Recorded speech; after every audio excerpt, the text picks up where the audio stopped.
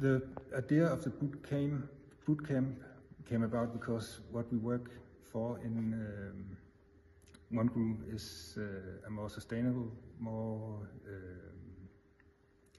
mentally healthy, sustainable music industry, a more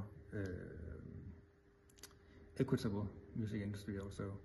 So that's why we want to work with our programs for creating networks globally. And especially South Africa is an interesting place for an organization based in Denmark because South African music is huge globally at the moment. So for Danish artists, it's very interesting to work with South African artists. For South African artists, it can be interesting to work with Danish artists because it can be a gateway to the Nordics, to Europe, and also to working with other artists from the US and so forth. Through our partner, the Ricky Rick Foundation, we have appointed 3 curators who shared the open call on the social media platforms, which gave us a huge pool of applications. And those 3 curators were also responsible for choosing the South African artists. So we had certain criteria. We wanted some artists that were already established and successful, to blend that with younger, less established artists, to give them that pull that they need, the inspiration, and the opportunities to tap into the more established artists' networks. And also we want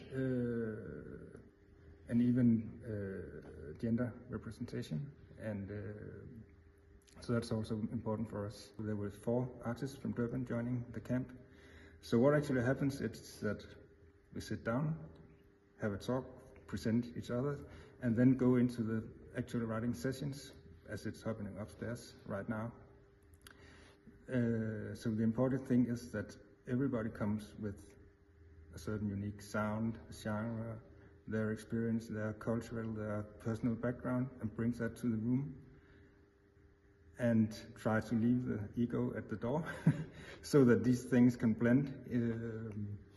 So typically it's 1 or 2 music producers and 1 or 2 vocalists working together to create new songs. So they typically start from scratch, finding some chords, building a beat, writing lyrics, coming up with melodies, and gradually build the songs, which are then at the end of each session recorded as demos. Which it looks at the whole value chain of the music industry, not only performance but a lot of the back end, right? So we divide music into 3, which is the performance element and the recording element and the royalties that come with that, publishing, etc. So it looks at all those aspects of the music business. We've recently added a film festival, which is focused on music. So we tell stories around films, individuals in music, background, or people in the forefront, your musicians. We also screen some really, really creative music videos. The Music Imbizo happens over 5 days. It's a very extensive program, and hence the collaboration with the Songwriting Bootcamp. We normally run songwriting masterclasses. We've hosted guys like Umsaki, a number of guys on the Songwriting Masterclass. There's quite a bit that we do. Those people that have music videos, they pitch them to Channel O, right?